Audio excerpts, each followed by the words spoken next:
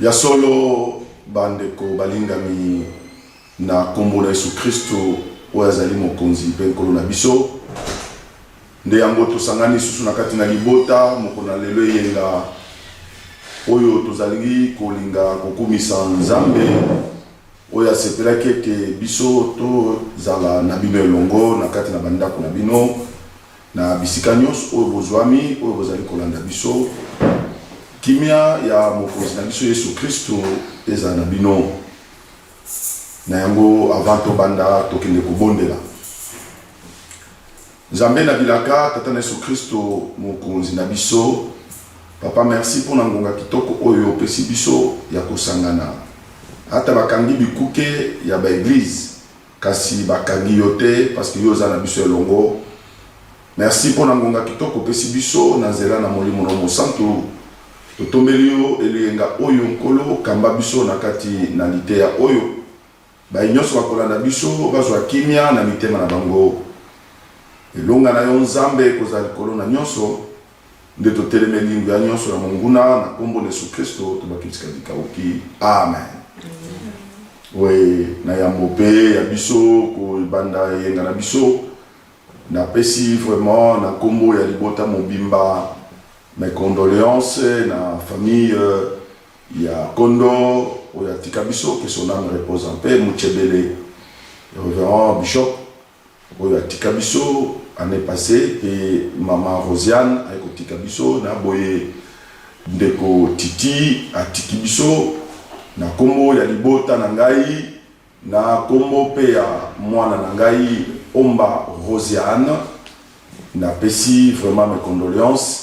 Na famille ya Nouvelle Jérusalem mobimba oyo bazali na kati na kolela bato na kati na etonga na libota ya moumbu na Nzambe Mouchebele. Nde yango na kombo na libota na ngai mobimba et ma fille Rosiane nde na pesi vraiment condoléances na kati na libota ya famille ya Mouchebele na ya mwana na ngai oyo Tikibiso mwasi ya Mouchebele Rosiane. Mama Rosiane oyo napesaka kombo ya mwana na ngai, napesaka ye kombo ya mwana na ngai Omba Rosiane nde apesi mes condoléances na kombo ya libota ya famille ya Omba de topesi mes condoléances na personnellement mwana na ngai Omba Rosiane. Kimia na mokonzi na biso Yesu Kristo ezala na mabota na bino. Na boye tosenga na ndeko André kotindela biso lo yembo pona kobanda et prédication na biso. Atindela biso lo yembo. Komboyo, komboyo, komboyo ya Yesu, komboyo,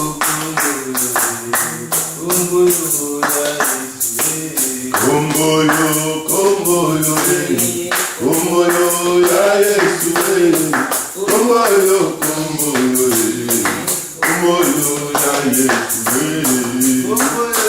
Yesu.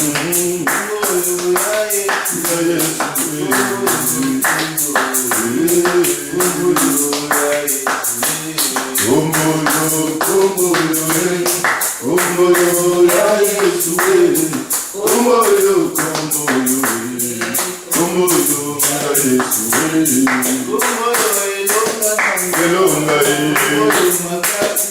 makasi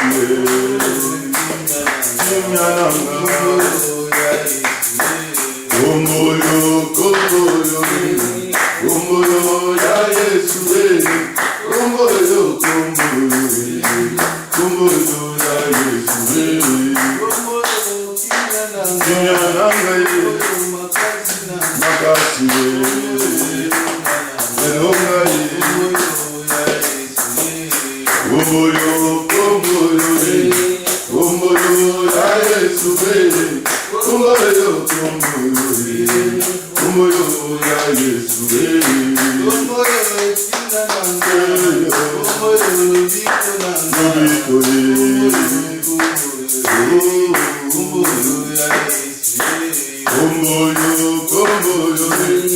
komboyo ya Yesu.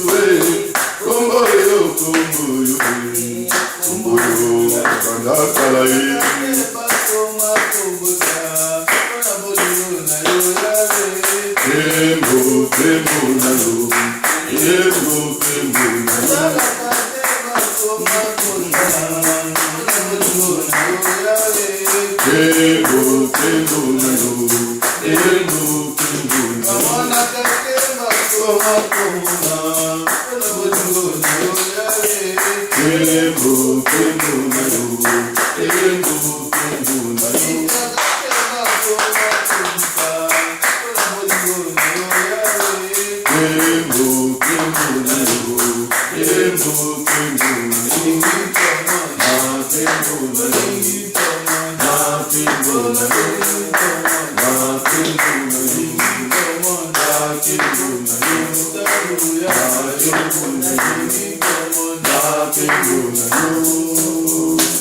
Oui, ya solo de komulingami topesi bino mbote na kombo na Yesu Kristo oyo azali mokonzi mpe nkolo na biso. Lelo tozali eyenga le 17 mutsanza ya mitango 2020 nde tozali na kati na kopesa bino likanisi ya nkolo na biso na kati na mukanda na ye ya Matayo Matthieu 8 ndeko mosakoli akotangela biso Matthieu 8 akobanda na verset nango 23 jusqu'à 27 atangeli biso na kombo na Yesu Kristo. Je lis la parole de Dieu à notre Jésus. Amen. Il monta dans la barque et ses disciples le suivirent. Et voici, il s'éleva sur la mer une si grande tempête que la barque était couverte par de flots, et lui, il dormait. Les disciples s'étant approchés, le réveillèrent et dirent: Seigneur, sauve-nous, nous périssons. Il leur dit: Pourquoi avez-vous peur, gens de peu de foi? Alors il s'éleva, menaçant le vent et la mer, et il y eut un grand calme. Ces hommes furent saisis d'étonnement. Amen. Quel est celui-ci, disait-il, à qui obéissent même le vent et même la mer? le vent. Alléluia. Amen. Oui, bien-aimés dans le Seigneur, toyoki awa osikoyoka litangi oyo basilaki koteya yo yango, yo moko osilaki kotanga yango, tango mosusu osilaki koyoka liteya lisusu na bato ya lolenge na lolenge na pensée ya Nzambe kolobela yo na travers litangi oyo. Lelo Nzambe azongiseli biso susu mukanda oyo ya Matayo po ete toyeba kosolola na likambo oyo ekomi ezali réalité oyo ya kondima. Bien-aimé, Yesu ayelaki biso kondima non parce que makambo oyo ezali difficile ezala résolu, non, ayelaka biso kondima po ete makambo oyo ezali impossible ezala et trouver solution na yango. Makambo ezali impossible. Eloko nini ezali impossible na vie na yo? Nini ozomona ezali impossible? Nde mutuna ya mutu ya likambo na biso lelo. Eloko nini oyo yo libota na yo vie na yo ezali impossible? Tikala yebisa yo ke oyo ezali impossible nde sika Nzambe ayebaka kosala mosala. Oyo ezali difficile akotikela yo parce okotrouve solution nango. Mais oyo ezali impossible nde akosepela otikela ye temps, otikela ye makoki ete ye alakisa yo ki ye azali Nzambe. Bien-aimé, na tango oyo makambo eye impossible nde Nzambe na Israël akolinga ko se manifester ye akolinga ko milakisa epai na yo que azali oyo azana contrôle azali maître ya ngonga tant na ba circonstance nyonso nayebi te ngonga nini ozali kotraverse ntango ozali kolandanga nayebi te difficulté nini to eloko nini ekomi impossible na vie na yo oyo yo ozali kotraverse oyo ekoki kosalema te nayebi te maladi nini oyo bayebisa yo ke ezali impossible oui nandimi ete bakoki koyebisa yo ke maladi oyo ezali impossible parce que kisi ezali te c'est vrai ezali monganga ayekola yango ezali lolenge bayebisa ye epai ya baninga na ye baminganga mais oyo azali monganga likolo na baminganga nyonso nde ye na kati ya pensée na ye alobi apesa science na baoyo baza mayele mais ye azali moto ya bikisaka donc esika baminganga baza kokoka kocomprendre te nde esika ye abandaka sikoyo kosala bien aimé awa toyoki litangi ke yesu akoti na kati na bwato bakei na kati na ebale ye na kati alali pongi selon pensée ya bango ya baserviteur oyo azalaki na bango yesu alali oui akoki kolala parce qu'il était 100% homme et 100% Dieu. La partie physique ya ye ezalaki kolala mais ye moko alalaki te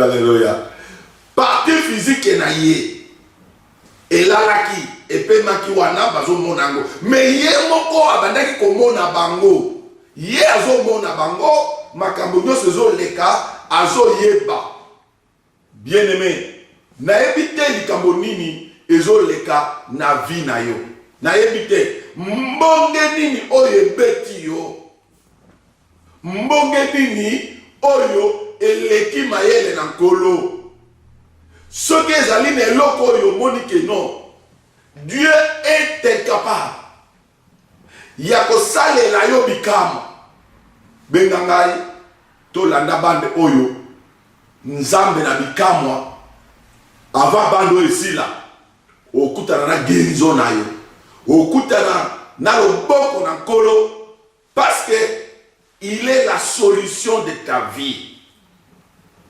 nzambe azali na posa yo ondima kaka po ete alakisa yo ki azali nzambe accepte crois seulement ayebisi Marie na Marthe nayebisaki bino nini bondima kaka eloko ya nzambe pare na ye eza monene mais pare na biso alobi yo ndima kaka accepte seulement que je peux faire quelque chose.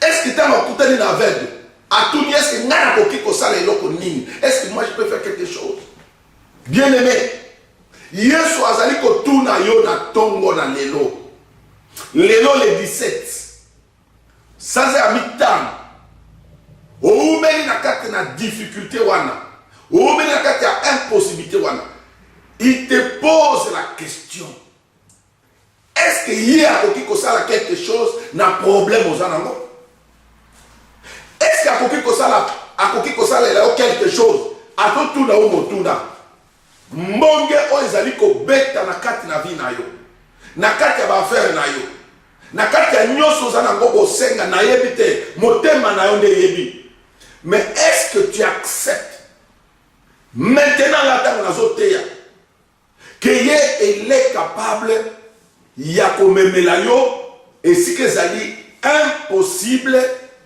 et comment possible parce que eloko moko te eza koéchappe ye ndeko moko autaki bao bayebi Congo bien azota nzela bandundu azoya mutuka atie ndembo ya nzambe aza moto akotaka mabondeli mingi akende kina mangengenge ben tendance aza vraiment motoyo azo bondela amataka na Kilimanjaro kuna na Kilimanjaro na Bukavu kuna na Nyiragongo akende ko bondela kana bangomba pour batebele ba mesaka kwa yoka bien il faut que ngomba c'est bien ndeko wana kaza kindengo wana azaki benga 100 jours boye atikolia 100 jours à l'écoute Yesu pour Yesu à 140 jours mais lelo ba doit commencer à 100 jours à l'écoute Yesu donc au moment là dans une année tu as 365 jours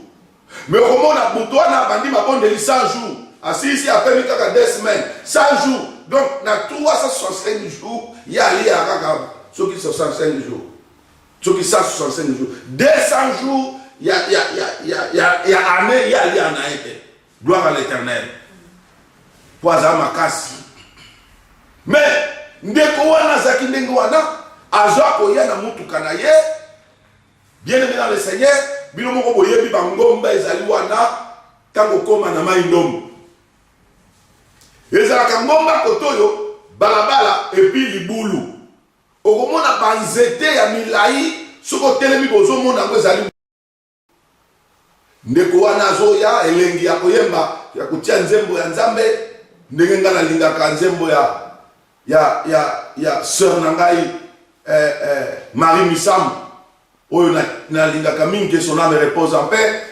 salelanga bikam ndeko wana pesa sa tia à fond ayezo yemba terrible na kati ya mutuka ndenge batebele batiaka abandi kole vitesse eleki ekuta naza na courbi akanga frère boye tono abandi okribite abandi koganga parce que Bible le dit invoque-moi à tout moment et je te répondrai. Ok? Et à parole. Dès qu'on a dit qu'on gagne, Yesue.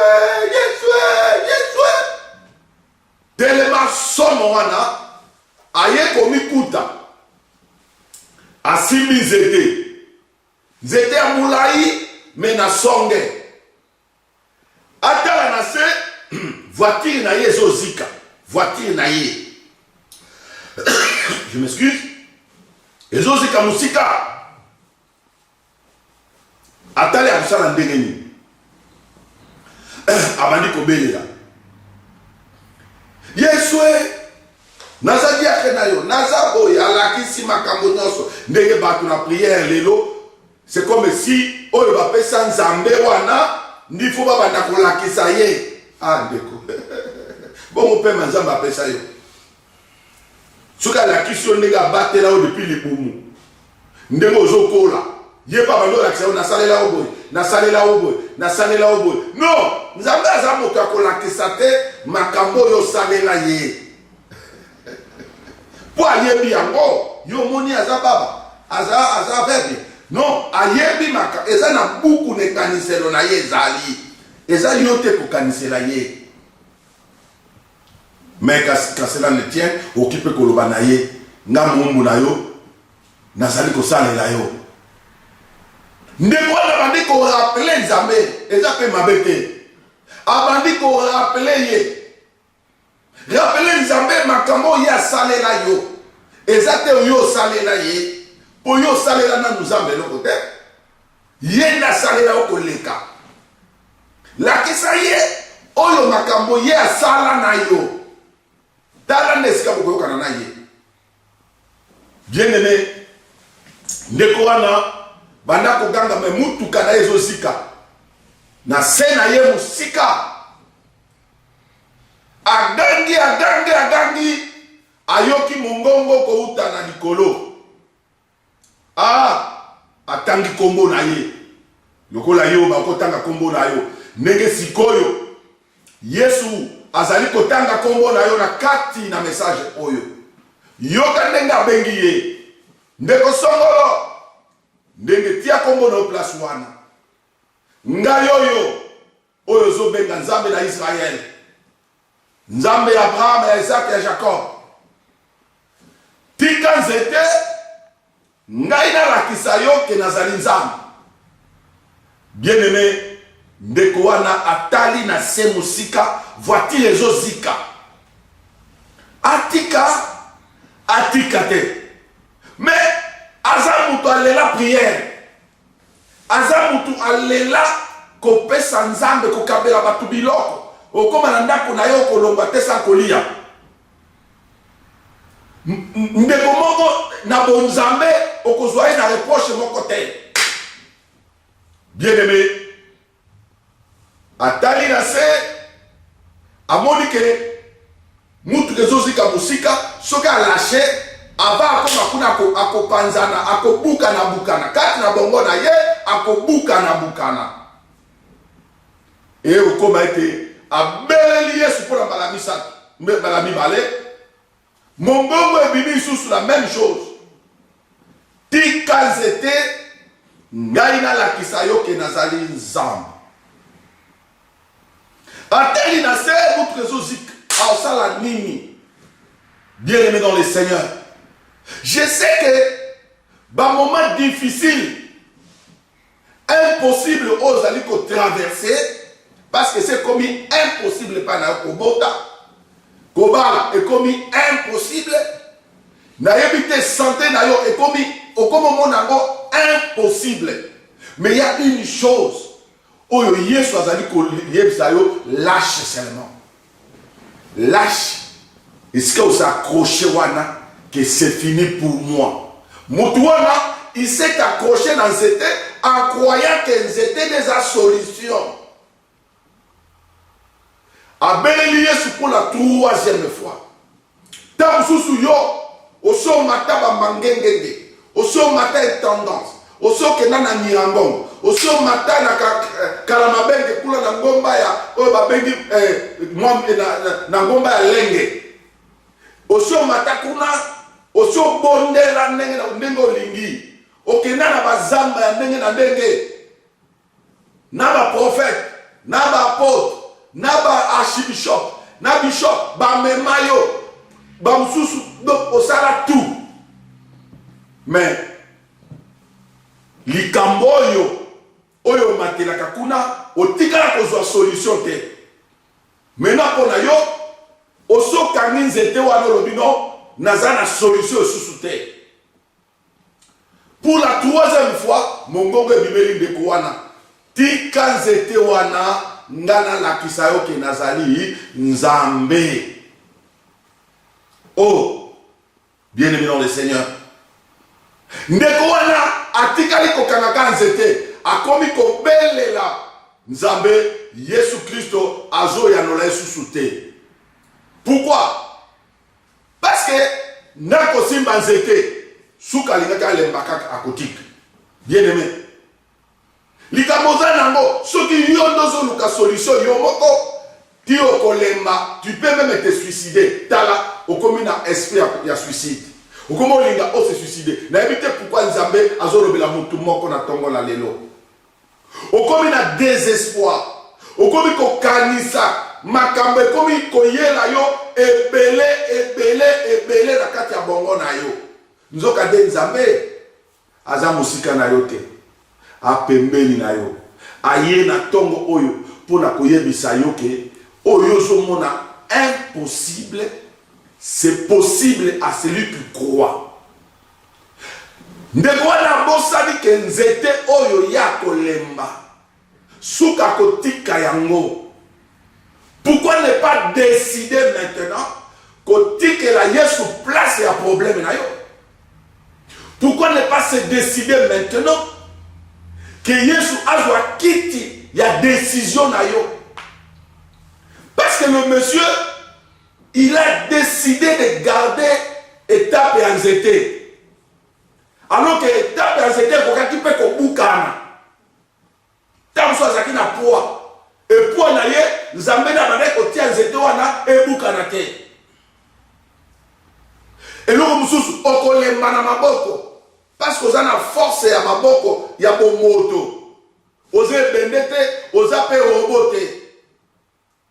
pour battre la casacade, sur la ligne à ma belé, aux oléla, comme va comme ça, nous n'avons qu'à l'église, bah maman va l'éla kaka, bolela, bolela, bolela, bolela, lela, bolela, bah masumu, bolela, bolela, bolela. L'église, biso va passer comme ça, nous la bizengi, bolela kaka, comme si nous avons un problème, na biso. Dieu n'a pas de problème avec nous. Nous devons la comme ça, nous dimanche passé. Nous avons un problème dans la même en Afrique, partout. Dieu a tant aimé le monde qu'il a donné son Fils unique, afin que quiconque croit en lui, qu'il ne périsse point. Point barre. Mais les autres, on est là. Si comme Nzambe Azali, Mosikana Congo, Mosikana Afrique, Mosikana Noir. Tokomi kolela. Nous avons des noirs, des complices. Il y a des gens qui ont na passe. Et puis, les noirs qui ont des église. Au moment que les démons, les bongoli, les pasteurs, les démons, les bongoli, les ndimi, les koya konyoko la lisusu, les ndimi na l'église. Pour nani? Parce que ils sont sensibles, ils ont cœur brisé. Tokomi komona lokola nzamba tiki Congo. Alors que Congo eza na biloko nyonso nzambe asala na mokili tozanga te eloko moko te soki ezali na mboka oyo nzambe akosilikelaka makasi na mokolo oyo kozala liboso na ye soki ezali bato oyo nzambe akosilikelaka makasi oyo akobenganaka na miso na ye ebele ya bakongolais eza bakongolais. Et ça va congolais. Pourquoi? Parce que nous avons tout, mais le peuple est de l'autre côté. Et le pays Moussous, Bazali na nyonso, te, Bazali na bozuité, il y a ma belé, il y a Zamba, tout ça, mais Bazali na nyonso, Bazo va na kimia. Il y a un autre zoé qui s'appelle pasteur. Pasteur a aussi la politique. Pasteur est Moussa Nae, Koloba Mabe. Où ils allaient kolika. Vous connaissez la politique. Oh, batiki côté ya. Ba comme la carte ya politique. Politique est le bani. Tant que lobby na batuki, oh les ali mabé. Oh les ali mabé. Et c'est la politique. Même l'église. Il y a l'église, il y a pastoral, il y a la politique pastorale. Oui bien bon. Théologie to de kotangani. Le lengeni à côté à Motu, Abima na kati ya masumu, aye pa na Yesu. Et la politique. La politique, dirigée par le Saint-Esprit. Parce que Jésus a dit, je ne vous laisserai pas les orphelins. Et ça, il y a des premiers ministres dans l'Abisso. C'est une politique pastorale, où il y a comme ma batte, pas na Yesu. Pour exemple, ça va tinda il y a remplacer Kaïté, il y a nom Kaïté, c'est un nom calme. Alors, un pasteur qui dit, Nabandini nae, non, bon, ça la politique était. Politique est liée au banini. C'est pas le non. Les logotars bien aimé. N'a pas assemblé. Banane bazozo amical. Beaucoup de même 6 millions. N'est surtout que tu as 80 millions de Congolais. Tu votes qui 500 députés. N'est pas dans le Parlement. Boza n'a pas parlementaire où il y a la province. Ceux qui 500 wana autre peut ça déjà un mandat. Ceux qui les ont dit que non, homosexualité, il y a côté la Congo. Bien aimé. Parce que tant que vous avez dit que vous avez voté un parlementaire, ça veut dire au conféré aux païens, aux maman, ceux qui archibishop, ceux qui bishop, ceux qui ont des pasteurs, aux ali sembo. Yo pasteur en Mokutu. Jamais parce qu'on appelle ça pasteur, ceux qui ont 10 candidats présidents. Ça biso ba pasteur que non ozana 10 candidats oyo zoa 10 feuilles cocher bango nyonso ozo voter bango non tu auras okozala na choix wana de politique oyo ki pasteur choix wana ozo sala ne politique ya mwana ya moni lelo ba église elali bana na nzambe balali pongi bondimaka bondima bolanda ba politicien te mais bango ba pasteur baza kolia mabonza ya bandimi wana oyo baza kolalisa bango bapongi yebisa mondimi kete kotanga yebisa mondimi koma ministre yebisa ye akoma ministre yebisa ye akoma parlementaire yebisa ye akoma bourgmestre yebisa bandimi na yo bakoma ba bourgmestre soki yo pasteur okoboya okoma ministre banda na yo parce qu'on a déjà ministre de Dieu. Il n'y a pas un problème. Nous sommes condamnés à zalité. Même pasteur peut être conseiller. Est-ce qu'on peut s'amayer à Tanga? Ça veut dire, nous avons monaki na 80, na 70, na jamais madame. Batte belé ba boya kotanga. Biso toza bata kondima. Biso toza bata kondima. Biso toza bata kondima. Kondima ndio tanga te. Bamusu bazwa ba diplôme d'état na bango ba pasola yango. Biso toza bata kotanga te. Lelo ba komo le yango Ne lelo ba passer musu ba bibi. Oh passer ça politique était. Oh, est-ce que politique o ligolo bani? Bien aimé. Yango na zongeli ignorance et bomaka peuple. Ignorance. Comme vous allez leader d'opinion, yo bazoyo kayo. Okoki ko fongola bango misu. Bande konanga bokota bosa députation bosa bo parce que mokolo bako voter loi 500 personnes wana et qu'on représenter 80 millions ya ba congolais. Monde botinda bango kuna soki baza homosexuel, soki baza banani, soki banani, ba occultiste, ba collectisa ba loi na bango ya ba occultiste et koleka. Parce que bango baza musika na connaissance ya mokili koleka biso et comme le la mokili Satan nda sala yango wana zaka parenthèse nazongeli ndeko yo abosana kikeno nzete wana eko asuka kaka ko lâcher yango nde yango yo bendeko na yebi ke pasi ozana ngo tika nzete wana tika yango parce que Yesu alingi kolakisa yo ke azali nzambe alobi tika yango na yango tango mbonge ye na suka ndeko wana atika kizete après avoir kobenga nzambe par 3 fois Yesu ayanola ke sute suka atika kizete akweyaki ka place abanda koboya kokweya. Parce que comme yemoko akeko buka na pe akufa. Bien aimé, likambo zali koleka na vi na yo eza likambo elekeli yo mayele. Na yebi yango te. Me yo ndo yebi na kati ya motema na obi apôtre azoloba likambo yo. Nga naza nango. Me na yebi si yo likambo wana tikela nzambe place sikoyo.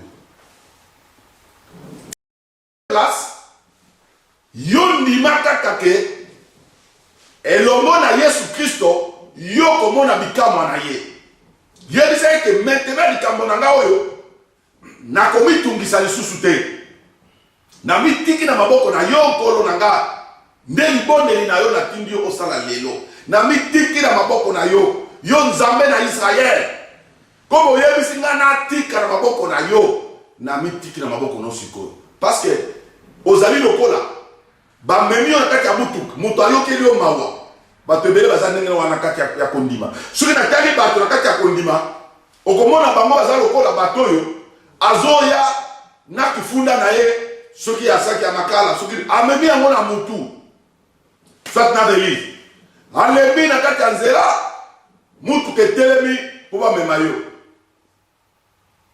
amatiso na mutuka oza na kati ya mutuka me ozwi valise na yo ya bilamba osibika na mutu nde bakretien ebele bazotambola ndenge wana chauffeur atali yo nde nga namemi yo zwa valise na yo kitisa na se o te papa tokende kaka osali eloko te bien aimé okimeli epa na Yesu. Yesu alobi venez à moi vous qui êtes fatigués et chargés. Okende pa na Yesu ozwa baptême ozwa ba communion ndenge na ndenge okenda ba veiller ya ba agression okata bato soki ba mitu soki otuba bango ba meli ba adversaire na yo ti lelo bazalaka ka bombi. Ça veut dire que Yesu na sa kufa mekana no yanga mekana parce que oyo batuba bato ba beli bazaka lelo na pasi kaka bato yango kutu bocuba bambeli bato yango bobenga bango bandoki bato yango bobenga basirene bato yango bobenga soki baventurier bango nde bazali koprogresse ka bango. Pourquoi? C'est parce que yo motema na yo ezali na jalousie. Ozomona lokola bato nde bazali auteur ya échec na yo. Bible elobi ke na kati na mukanda na 2 Corinthiens alobi chapitre 5 alobi examinez-vous vous-même pour voir si vous êtes dans la foi. Éprouvez-vous vous-même. Bomi meka bino moko soki botalika bozwa kondima meka yo moko longola na lubatu wana oyo kanga osongola na salanga boye mpaka na salanga boye non bien aimé, tu es la source ya joie na yo. Ozali source ya malheur na yo. Parce que yo moko oyebite lolenge oyo bokutana na Nzambe yo kutana na Nzambe lolenge nini. Bantoma awa bakoti na kati na boato na nkolo mais nkolo alali pongi te mbonge ye tango balamusi babi yo lali boye nini olali boye nini otika biso to kufa sauve nous muta sauve nous muta lali. Pourquoi vous télévisez les binomo na nimpe metango alamuki alobi bato ya kondima muke ndenge na Congo lelo bien aimé mbato ebele bazo ndima te. Jésus Christ est solo. Donc, chaque avenue, il y a 10 églises. Mais vous vous posez la question, pourquoi l'église de Dieu soit toujours que n'est qu'à coller là? Mais le pasteur va aller la soute. Va aller la soute. Mais quand il y a un bino, il y a un là. Ah, bolela, Nzambe. Yango na yebisi bino ke Nzambe akomi koyoka mabe prière à ba Congolais. Azoli nango soute. Dieu n'aime plus vos prières. Parce que azana problème na biso ba Congolais. Nzambe akomi na problème. Ayebisi ngaboye, oma na komi na problème na bino. Ngai nazana bino problème te. Parce que bino besoin de sabato, bon de là, et que ça va aller comment? Les loups va se rebeller, va comme qu'on bonne alors qu'on a ma balle les athées, mutakoba na nengini mutazana musalate, aobale, un Congolais, tu vas à musala à Kobala sans problème. Mais na Congo musala les athées, un licencié a commis taxi à vélo, a commis tout le cadavre comme Kumba, les lots, n'est pas moto, il n'a pas licencié, n'a pas gradé, n'a pas médecin, pas comme Bawewa. C'est parce que nous avons biso basali na Nzambe to komi koyebisa bakozi ke mboko oyo démon azate obino bozolo bawana démon ya célibat démon soki ya nini oh démon ya esprit de mort oh non banzala ndezo buma ba esprit de mort obozo yebisa ba bituko ezanga ba frère et ko buma tout ennemi. Yango lelo ba komi ko témoigner l'église au moins mutu aye mutu keye alléluia pande koranga mutu ka tomati lelo c'est terrible. To pour se la boye pine toboki to pour se la boye ba tie pine musu etoboki quel pine bilo mozo so ba pine occasion comment il a ka ba occasion comment il a moso melo wasikate ka bilo kosi pile ya hiver awa yo ke de kotia na moya ya 30 degrés kuna na kisasa atoso milelo otie mutu ke memaka awa na poto e memaka soki 15 personnes yo kuna ofini 45 personnes na pine o ya hiver awa e o pasuka te koma demo auti wapi wana demo auti wapi bien aimé dans le Seigneur. Mais au moins mutu azo témoigner c'est ya ko témoigner oh ah na komisi Nzambe ya papa nanga omba na komisi po en tout cas to ya wate oh na bosa na ta clé nanda ko bosa na clé nanda ko za demo. Vous voyez que non bozali aliéné même batoyo excusez-moi le terme même batoyo oyo baliaka na fulu donc biso ba pasteur to memi bino bokomi kolia na fulu au lieu boza la bato bozo raisonner boza na critique bien aimé Nzambe alongoli biso bo motote Mais la parole est venue pour être plus tous à éclairer. Mais par contre, parole et Afrique et à Congo, et pour aliéner. Il y a eu ça aux anapotoires. Baroté à voyage. Baroté à au commandant. Ce que c'est une nationalité. Baroté à Sony. Bon, ce que les Européens, au théâtre, ils ont la nationalité. Pour voyager, voyez qu'ils ont évangile, ils ont mutuna makolo. C'est pourquoi Dieu n'a plus de problème avec nous. Nous avons un problème dans Zambé.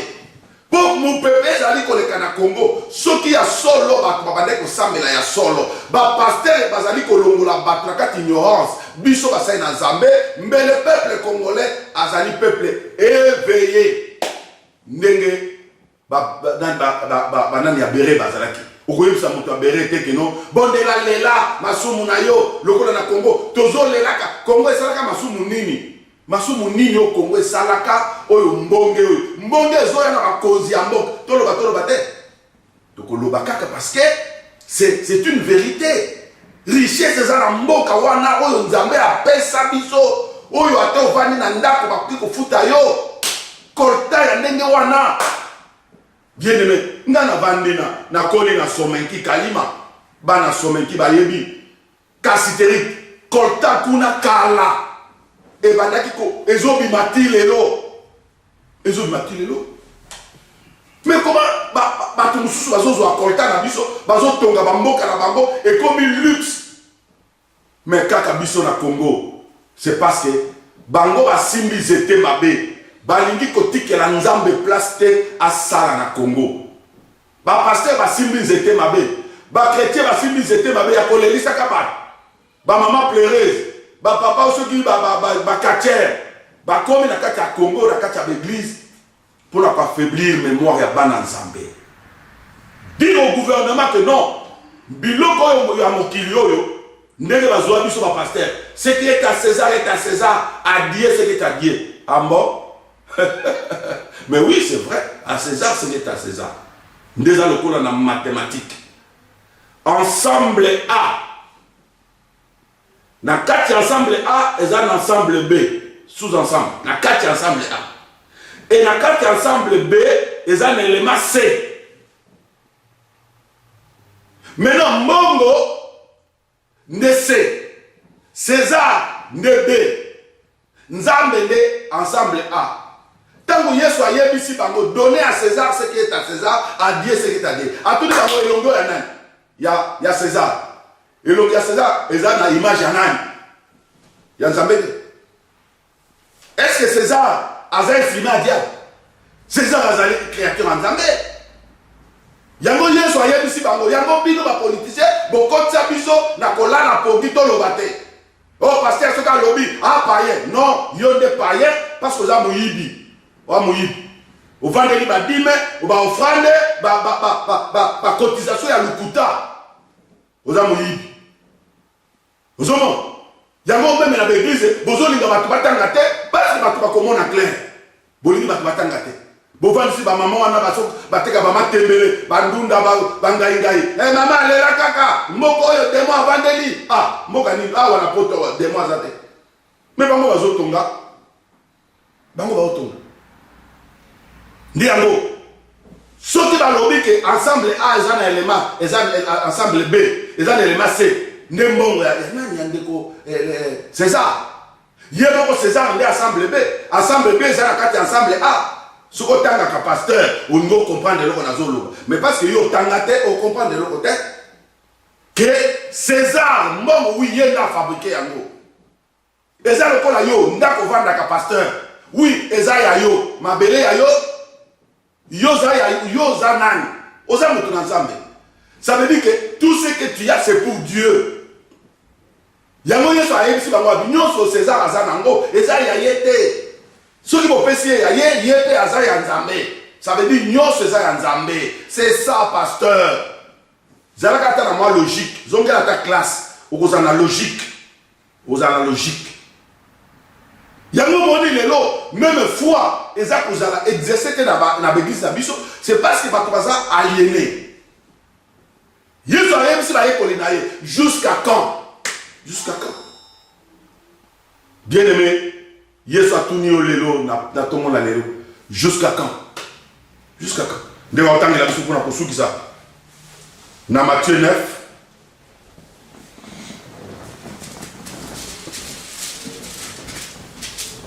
Verset 15 à 25. Je lis la parole de Dieu en Christ. Jésus leur répondit. Les amis de l'époux peuvent-ils s'affliger pendant que l'époux est avec eux? Amen. Le jour viendra où l'époux leur sera enlevé et alors ils gêneront. Personne ne met une pièce de drap neuf à un vieil habit. Un vieil habit. Car elle emporterait une partie de l'habit. De l'habit. Et la déchirure serait pure. Pure. Yango moni déchiré comme pur. Parce que tout ça, va copier-coller. Hein? On n'aimait pas non plus du vin nouveau dans le vieil outre. Non. Autrement, les outres s'éront, le vin se répand et les outres sont perdus. Mais on met le vin nouveau dans de outres neuves et le vin et les outres se conservent. Amen. Tandis qu'il leur adressait ces paroles, voici un chef arriva, se prosterna devant lui. Devant lui. Ma fille est morte il y a un instant. Mais viens, impose-lui le main et elle vivra.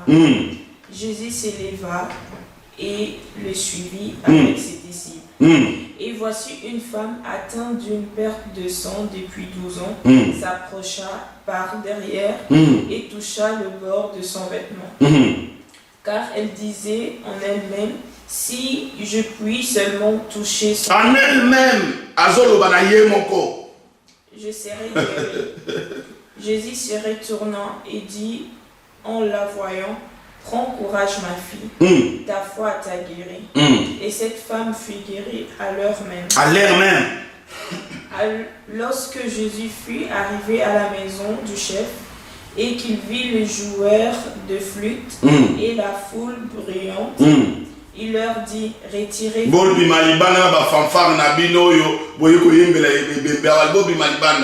Car la jeune fille n'est pas morte, mais elle dort. Et il s'est moqué de lui. Quand la foule eut été renvoyée, il entra, prit la main de la jeune fille, et la jeune fille s'éleva. Amen. Oui, bien aimé, likambo ezalinde ya kondima. Qu'est-ce qui est impossible na kati ya vie na yo? Et loko nini ezali impossible. Et loko nini ezali impossible. Yesu awa baye koyebisa ye pa ndeko oyo abi mwana nanga asili kokufa. Ngonga moke autokufa. Atelemi. Alobaki na mutu wana teke non, est-ce qu'il y a une offrande d'élévation? Est-ce qu'il y a une offrande ya boy? Ba pasteur oyo bazo boya, bana na bango ba mona clair parce que ba ko découvrir que ba offrande ba tia bango ba kombo et guérisaka te. Oh, pona ko mona pasteur comme ba fiche. Au futi na nous bon, allez bon wana ndes koyo parce que ba kotie les bon ayebi que non, moi 10 euros, moi 10 dollars c'est koti kuna. Muyibi. Bayebisi Yesu balobi na ye mwana ayekisa kete no pesa kambonga makolo non atelemi asimizela ke deleme yoka na kati ya nzela esika azokende mwasi wana azui solution a décidé comme Yazaki kotanga makila ayebaki kaza condamné parce que na tango akala mwasi kozala makila il faut vendre musika okikolamba te okikoya na village te. Elle était condamnée alors qu'elle est naturelle et alors qu'on a sala. Et comme il m'a béni, a commis sale comment? Mais il a commis sale. Sale par rapport à quoi? Bien aimé le Seigneur, Azoki aye asimbika kamobali. Yesu ayoki ndenge version monsieur le baka. Yesu ayoki nguya kobimaye nguya. Parce que quand on tourne, quelqu'un m'a touché. Nani a touché yo. Bien aimé. Moi, yo, a Simba qui est sous par révélation. Par révélation. Abina ko Simba ye pour nabika. Bien aimé. D'ailleurs, ils ont condamné les likambo moko boy. D'ailleurs, ils ont tika nzete wana ya komikoti sana kati ya libulu wana. Chuka okolemba. Ozana ba prophète partout le monde entier. Obenga ka songolo, olanda mate ya songolo, okomi ko sala pulu poete yo ozana mate ya fixité.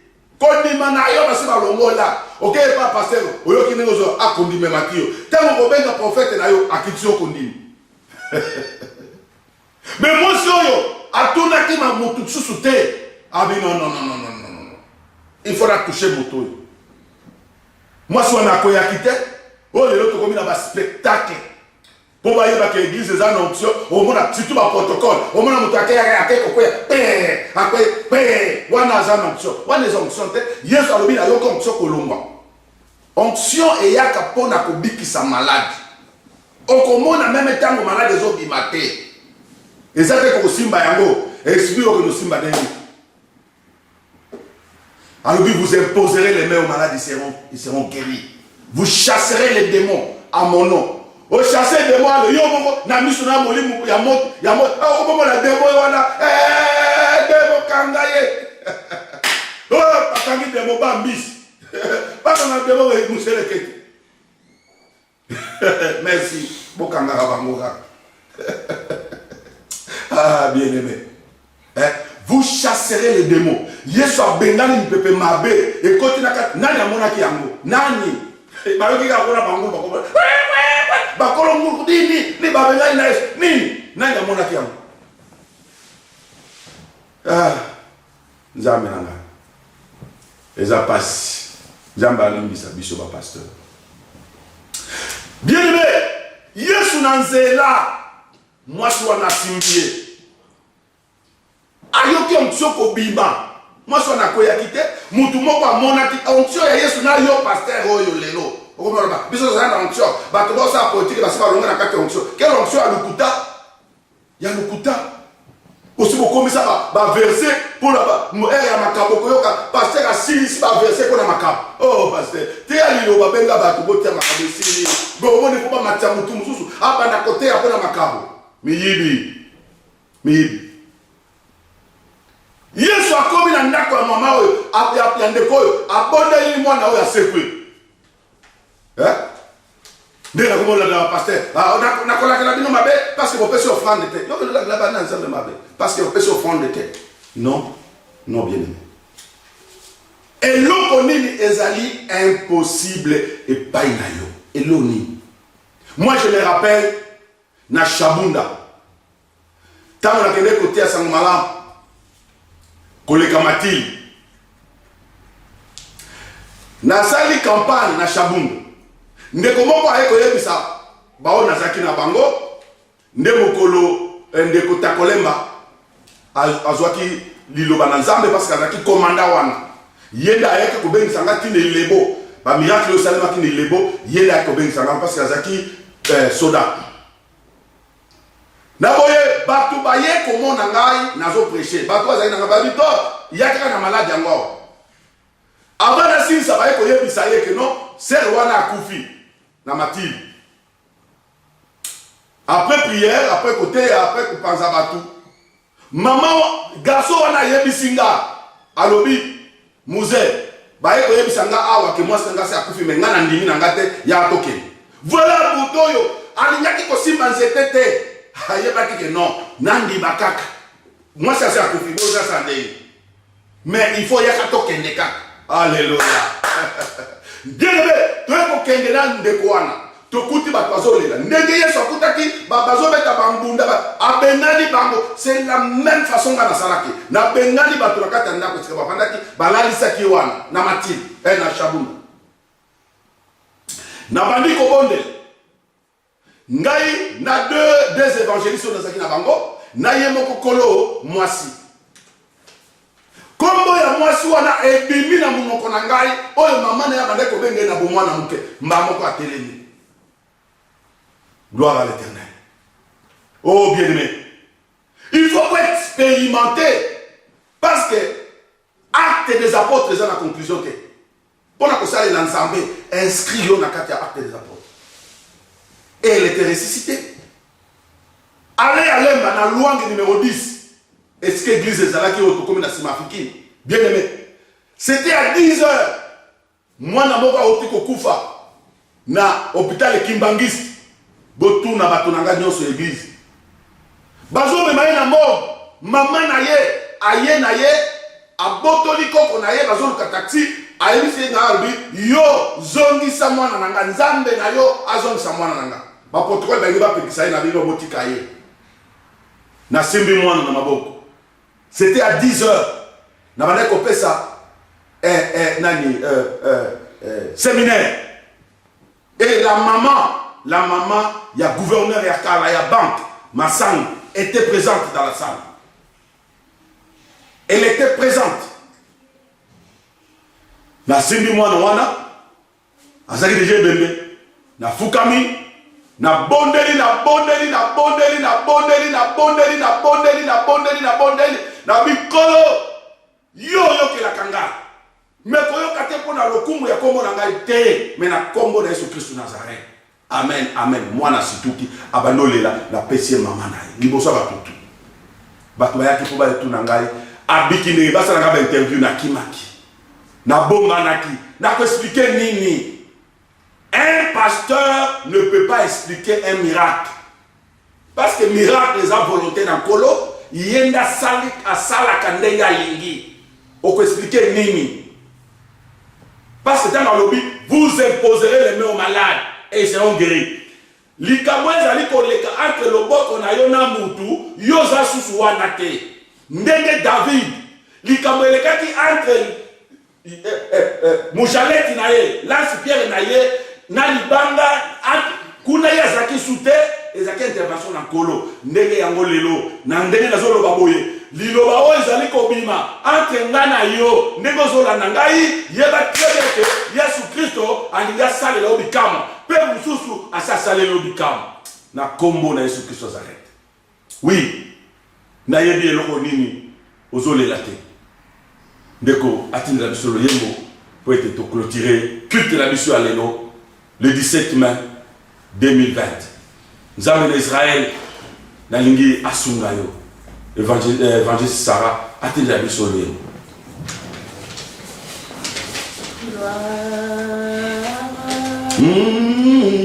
Yemba la mission longo.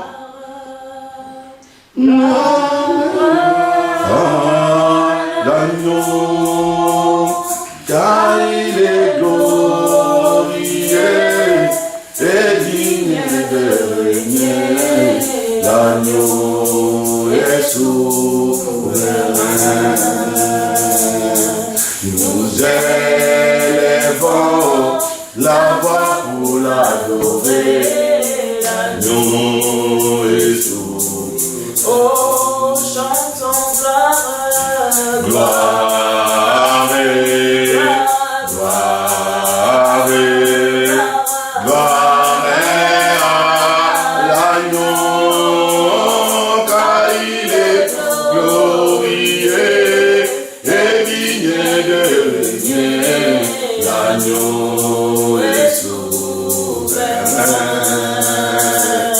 Nous élevons la voix pour l'adorer.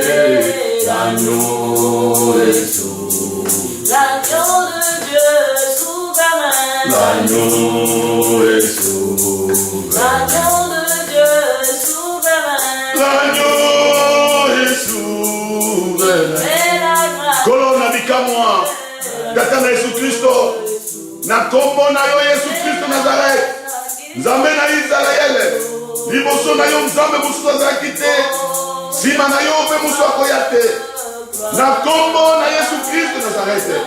Nazali kotelemela miyango nyonso na mungu na Satana. Nyoka na kalakala babengi Belzebul. Na kombo na Yesu Christo. Papa kobondeleze pa na ngai. Kasi kosala ezali yo. Papa kosala te mpona lokumu na kombo na ngai te. Nasili kolakisa bato bazali kolanda ngai yo Yesu Kristo.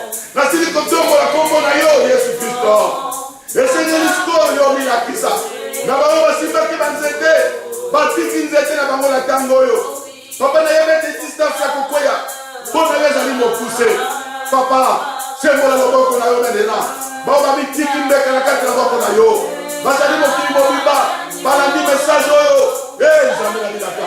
Betiki Congo na kati ya boko na yo. Congo, oyo lo baki na ngai na le 31. Que yo moko le kili boso na Congo. Papa, tikete nyonso. Bomba maki. Bibi pasa. Na pamboli yo Nzambe l'Israël. Yo zali Nzambe malamu. Yo Satana. Na kombo na Yesu Kristo. Na telemeno na bokonzi na nyonso. Na kati ya monde entier. Au nom de Jésus-Christ Nazareth. Yo Bill Gates. Yo MS. Na kombo na Yesu Kristo. Nazali ko détruire ba plan na bino nyonso. Yo balingi bobombisa bana Congo. Na nzela ba vaccin. Na nzela nini? Bino ya chinois.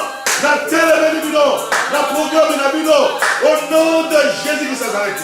Yo Nzambe. Otangolaki na Kimbangu. Yo Nzambe. Otangolaki na Edi na Bara. Yo Nzambe ozali kotambola na bokola lelo. Papa na Yesu Kristo. Papa na tiki mboka wana Kongo. Na kati ya maboko na bokonzi na ngai. Yo ndo telemisaka bakonzi. Papa na yebete ndo sana pema na bakonzi. Yo ndo sana pema na mokinosa mokili. Yo ndo simbi pema ya Bill Gates. Na libota na ye. Bazali kotambola na baavion na kati ya mupepeo bango basala te. Kasi yo ndo sala. Bazali kotambola na mabele. Yo sala. Ezali Bill Gates te. Nkolo na bikamu. Yo ndo ko bundela ba peuple na yo. Na yebe to sili ko bundela biso. Ba peuple na yo. Ba koyeba ke ngai. Otila kinga na mokili. Pwete na salela yo. Bill Gates, mokili mobimbe koyeba ke ye akeko simba esika basimba kate bana ya Simon Kimbangu asimbi bana ya muzelo Laurent Kabila asimbi bana ya Lumumba asimbi bana ya Nzambe na likolo ya ona likama ndi yango tango oyo na telemeli Bill Gates na puissance na inyonso nkolo soki anyataka mabele soki atambolaka na mabele na se ya mabele na mai na likolo kolo confondre ye banda lelo Kola na ngai na kombo na Yesu Kristo mokili mobimba eyoka lokito ke yo zali Nzambe mokili mobimba eyeba ke yo ozali kobundela Congolais ozali kobundela ba chrétien o bapana ngani mokili mobimba to bondeli bongo na kondima na kombo na Yesu Kristo. Amen. Oui, bien-aimé, kolo apambola bino bisika nyonso bino bozwami kimia na mokonzi na biso Yesu Kristo ezala na mabota na bino pe eyenga elamu bisika nyonso bozwami. Amen. Amen. Amen. Alléluia. Merci Seigneur Jésus.